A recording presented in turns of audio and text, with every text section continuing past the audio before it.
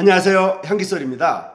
이 시간에는 의로우신 재판장이라는 제목으로 시편 7편을 중심으로 묵상하겠습니다. 먼저 시편 7편 11절의 말씀을 읽겠습니다. 하나님은 의로우신 재판장이시며 매일 분노하시는 하나님이시로다. 이렇게 하나님을 소개하고 있습니다. 하나님을 재판장이라고 하는 이 말은 하나님은 아버지이다 라는 말과 거리가 있습니다. 하나님은 의로우신 재판장이라고 할 때에 하나님은 사랑이시다 함과는 대조가 되는 말씀입니다.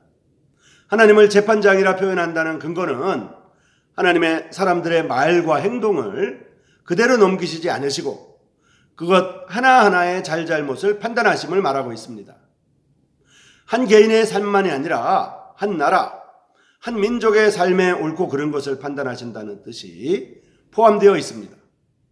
인간의 행동은 아무리 그것을 비밀리에 한다고 해도 그것을 판가름하시는 분이 하나님이시고 아무리 세상이 다 옳다는 일을 해도 그 일은 최종적으로 하나님의 법정에서 시비가 판가름되어야 함을 말하고 있습니다. 정반대로 세상 법정이 아무리 죄를 준다고 할지라도 그 최후 판가름은 하나님이 하신다는 것입니다. 역사를 주관하시는 분이나 그 역사의 방향을 잡아주시는 분이 하나님이시라는 것입니다. 인간 역사에서 만일 하나님의 공정하고 의로운 재판이 없다면 사람의 사이는 불법투성이로 죄악의 역사를 만들 것이고요. 세계사를 심판하시는 하나님이 계시지 않는다고 생각하면 우리들이 살고 있는 이 세계의 국제윤리는 문란해서 힘이 센 자가 이기고 또 그 힘이 정의라고 하게 될 것입니다. 시편 7편은 하나님은 의로우신 재판장이란 말씀으로 엮어나가고 있습니다. 이 시편은 불의가 가득 찬 세상에 살면서도 공정한 판가름을 하시는 하나님이 살아계시는 것을 믿고 하나님께 자신의 사정을 호소하고 있는 말씀입니다. 여호와 내 하나님이여, 내가 당신께 피하오니 나를 쫓는 모든 사람에게서 건지소서라고 표현되고 있는 것입니다. 1절과 5절 안에 기록되어 있는 말씀들을 살펴보면 마치 사자 앞에 있는 들짐승 한 마리와 같이 절망적인 상태임을 고백하고 있습니다.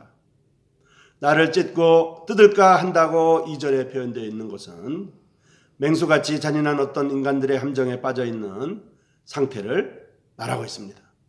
이러한 절망적인 위기는 자신이 어떠한 잘못이나 악을 행해서 다른 사람을 해롭게 했거나 그들에게 손해를 주었기 때문이 아니라고 합니다. 자기에게는 아무런 잘못이 없고 아무런 죄가 없다고 하고 있습니다. 자기에 당한 고초는 무지한 사람이 억울하게 의롭지 못한 상대방 때문에 생겨난 것이라고 항변하고 있는 것입니다. 우리가 사는 세상에는 자신이 결박하면서도 친구를 잘못 두어서 또는 자기의 진심을 곡해를 했거나 또는 정치하는 사람이 불법과 무법을 감행하는 자였거나 하기 때문에 애매하게 고생을 당하고 생명의 위협을 순간순간 당하는 사람들이 많습니다.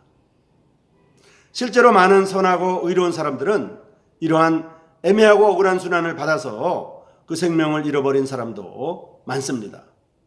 이러한 불공정하고 불의한 세상에서 이 억울하고 딱한 사정을 들어주시고 이것을 바로잡아 주시는 하나님이 안 계신다고 하면 우리 인간들의 삶은 얼마나 암흑이겠습니까?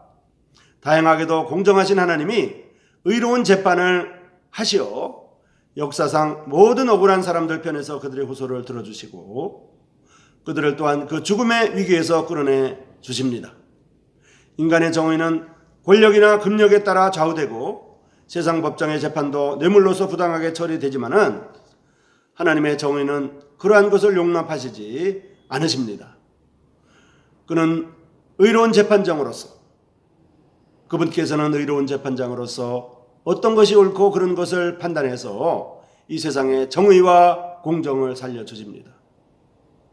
악인의 악을 끊고 의인을 세우소서라고 9절에 말씀하고 있는데, 이 세상에는 의로운 재판장이 계셔서 의로운 재판이 시행되지 아니하고 불의와 악이 지배하고 있기 때문입니다. 의로운 재판장이 이 세상에 계시지 않는 것처럼 우리가 이 세상을 경험하고 있다는 말씀입니다. 하나님은 사람의 마음을 살피시고 그 중심을 보시는 분이십니다. 진실한 사람은 하나님이 그 방패가 되시어서 억울한 고난에서 건져 주십니다. 하나님의 정직은 인간의 부정을 용납하시지 못하기 때문입니다. 이것이 곧 하나님은 의로운 재판장이라 부르고 믿는 이유입니다. 이것은 정의의 하나님이 이 땅 위에서 공의를 시행하시기 때문입니다. 그러므로 정의를 지키는 순한 자는 다만 하나님의 공정한 재판을 감사하고 그의 이름을 찬양할 것밖에는 없습니다. 이 시간에는 의로우신 재판장이라고 하는 제목으로 시편 7편을 묵상했습니다.